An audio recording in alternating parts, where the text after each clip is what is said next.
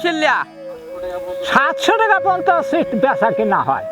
আখের মনে করেন যে কুশির কাটি থয়া দিচ্ছি, শুকিয়ে যাচ্ছে 10 দিন পরে ওজন হচ্ছে না।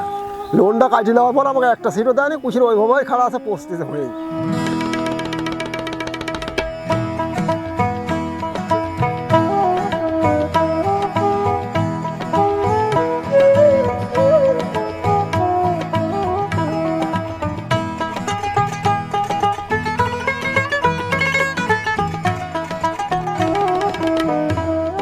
সুপ্রিয় দর্শক, আসসালামু আলাইকুম।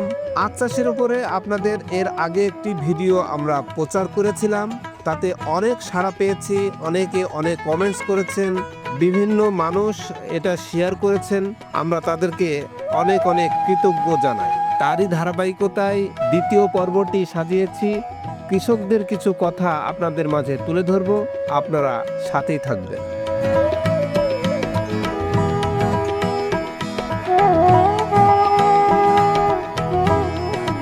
উত্তরবঙ্গের আখ চাষিরা পড়েছেন চরম বিপাকে। নর্থ বেঙ্গল সুগার মিলের কঠোর নিয়মের কারণে তারা নিজেদের জমির আখ কাটতে পাচ্ছেন না, আর সময় মতো বিক্রি করতে না পারায় মারাত্মক ক্ষতির সম্মুখীন হচ্ছেন কৃষক। একটি চিট পেতে কৃষকদের অপেক্ষা করতে হয় 15 থেকে 1 মাস পর্যন্ত।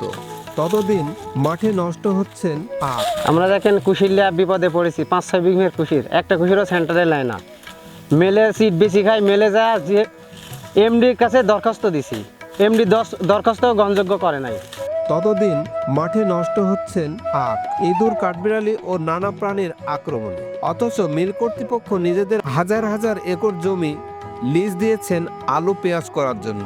কৃষকের দাবি, এই অযৌক্তিক নিয়ম বাতিল করে তাদের আখ বিক্রির সুষ্ঠু ব্যবস্থা করতে হবে, না হলে অনেকেই আখ চাষ থেকে মুখ ফিরিয়ে নিতে বাধ্য হবেন। তাহলে কুশিরের আবাদ আমরা করবো না, যদি মেল চলে বাদ দিব, আমরা কুশির লাগাইনি। হ্যাঁ, আমারে মুড়ি কুশির এর আগে কাটতে পারলে, কার্তিক মাসে কাটতে হলে আমার একটা ধরেন ফসল হইলেনি, গম হোক মসুর হোক আমরা বুনটানুনি হইলেনি। এখন মনে করেন এই মুড়ি কুশির আমরা আজ পর্যন্ত তুলতে পারছেন, তাহলে এই কুশিরটা বেশ কবে আর আমরা জমি ফসল বুনবো কবে? এই জমি তো আমরা কিছুই বলতাম না। এই মুড়ি কুশির এখন মনে করেন মাঠে পড়ে আছে, কুশির শুকিয়ে আছে, এই গাড়িটা উজনই হবে। আর মনে হচ্ছে ভাই আমরা কুশিল্লা বসতে না, কান দিয়ে কুশিল্লা টাকা নাই পয়সা নাই, আমরা কি বিপদে পড়ে আছি ভাই। হ্যাঁ, বাড়িতে আমার রোগী, আমার ওষুধ লাগে দিন 500 টাকার, হাট বাজার করার পয়সা থাকে না, ওষুধ কেনার পয়সা থাকে না। আই এদিকে আমরা ধর কিস্তি মিস্তি নিয়ে আসি, এসব কিস্তির মাস্টারেরা বাড়ি পুরাছি বসে থাকে রাত ভর। নিজে আবাদ করেছি, আবাদ করি হিস্তি কিস্তি দেবো, ইডি সিটি করবো, আরামে চলবো, সেও চলার জন্য নাই। কিস্তির টাকা জন্য বাড়ি পুরাছি বসে থাকে মানুষ, সারা রাত ধরে মানুষ বসে থাকে। তাহলে বাড়ি নিজেরা আবাদ বুনি থাকবে, কিস্তির লোক আছে বসে থাকে ভাই, তাহলে এইসব আবাদ করে মানুষ? আই এ ফাইজলামো করা নাকি আমার সাথে, গরিবের সাথে? আই একটা গৃহস্থালি করে বাঁচতেছে না, জমি সব লিজ দিয়ে খায়া বেড়াচ্ছে ওরা। হ্যাঁ, এই জমিটাতে আজ থেকে 15 দিন আগে কি 16 দিন আগে একটা পুঁজি পাওয়া গেছে।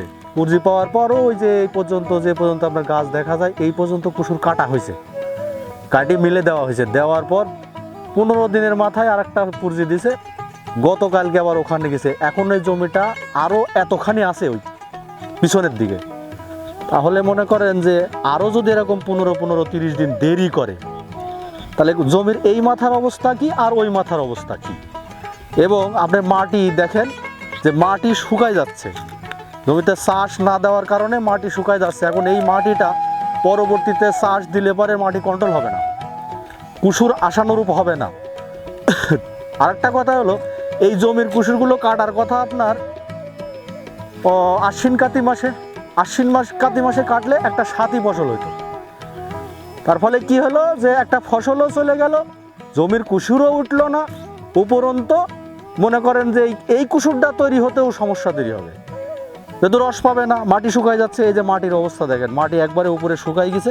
এই মাটিটা পরবর্তীতে যে কন্ট্রোল হবে না, বড় বড় চাপ হবে, ঢেল হবে, তখন এটা মই দিয়া চাষ দিয়া কোনোভাবে একার কন্ট্রোল করা যাবে না, তখন সেচ দিতে হবে। আর সেচ ওই সময় সেচ দিলে পরে আপনার সেচের লেয়ার তখন নিচে নেমে যায়, তখন এই জমিতে আর পরিচর্যা করা সম্ভব হয় না।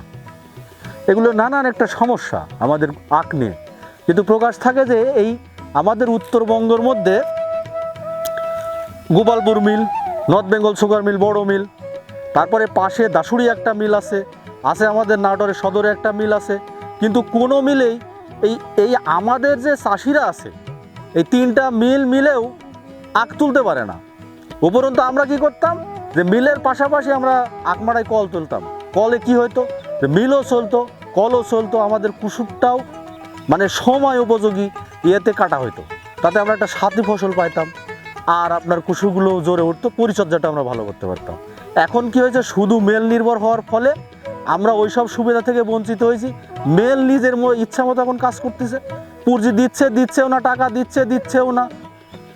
অথচ আমাদের এই এরিয়াটা হলো আপনার আখ নির্ভর একটা এরিয়া, এখানে আখের চাষটাই ভালো হয়। এবং আমাদের এলাকার গুড়ের চাহিদা আপনার বিশেষ করে নোয়াখালী, দক্ষিণবঙ্গের এলাকা, তারপরে আরও জায়গা আছে, বিদেশেও এর চাহিদা খুব ব্যাপক। চিনির চাইতে গুড়ের দাম বেশি, তাহলে নিশ্চয়ই এর মধ্যে গুণগত মানটা ভালো আছে।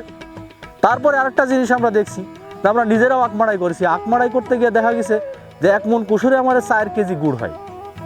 4 কেজি গুড়ের দাম তো 150 টাকা করে 600 টাকা। কিন্তু মিল তো আমাদের যে বিল দেয় সেই মতো অনুপাতে তো মিলে না, হয় না। আর তারপরেও মিল নাকি লস খায়। তো চিনির দাম আর গুড়ের দাম, উপরন্তু গুড়ের দামই বেশি, চিনির দাম কম, তাহলে মিল আমাদের কি বোঝাচ্ছে? স্থানীয় 3টি সুগার মিল থাকা সত্ত্বেও চাষিরা তাদের উৎপাদিত কুসুর সময় মতো বিক্রি করতে পারছেন না। অথচ কুসুর চাষের জন্য তারা ঋণ নিয়েছেন। মাঠ থেকে সময় মতো ফসল তুলতে না পারলে লোকসানে পড়বেন তারা। টাকা ঋণ আসলে মেল কোম্পানির কাছে, লোনটা কাটিয়ে নেওয়ার পর আমাকে একটা সিটও দেয়নি। কুশির ওইভাবেই খাড়া আছে, পস্তিতে হয়েই। আর কুশিটা কী করবো, কুশির ভয়েই রাখবো কি না ভয়েই পস্তি আল্লাহ জানে। আমার 7 গাড়ি কন্ট্রাক্ট, বুঝছেন? আমাকে একটা সিট দেয়া আর দেয় না, না দেওয়ার পর আবার আমরা ছায়া আসি, ওই দেখেন আমার কুশি খাড়া আছে, ওই দেখেন সব কুশি খাড়া আছে।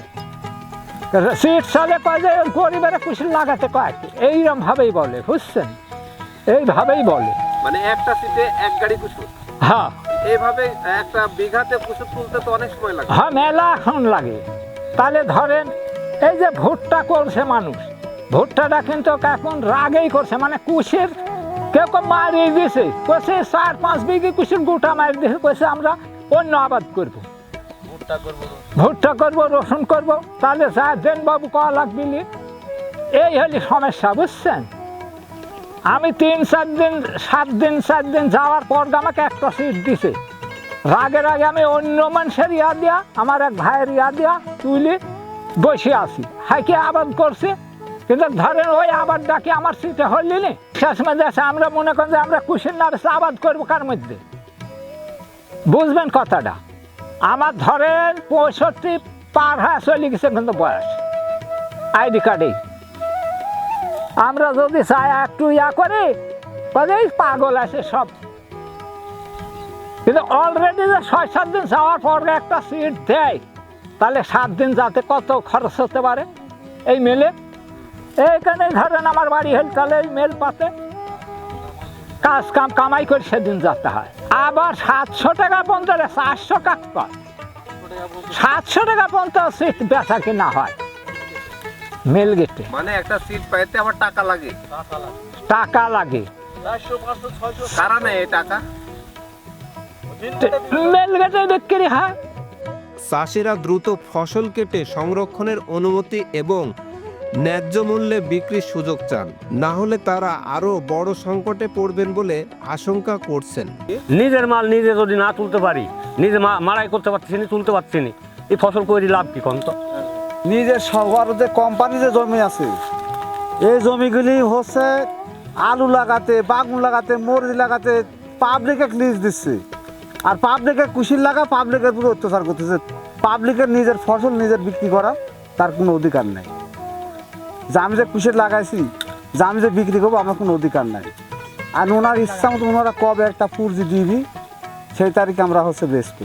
আমার সেন্টারে কুশির এই জানুয়ারি মাস পড়ি, আজ হচ্ছে 29 তারিখে, মাসে 10 দিন খুশি কিনেছে। তাহলে আমরা এই 19টা দিন কি করবো আমরা? কৃষকদের দাবি, নীতি নির্ধারকরা দ্রুত সমাধান না করলে চিনি উৎপাদন শিল্প এবং কৃষি দুটোরই ক্ষতি হবে। এখন দেখার বিষয় প্রশাসন কি ব্যবস্থা নেয়। AS media vision, Lalpur.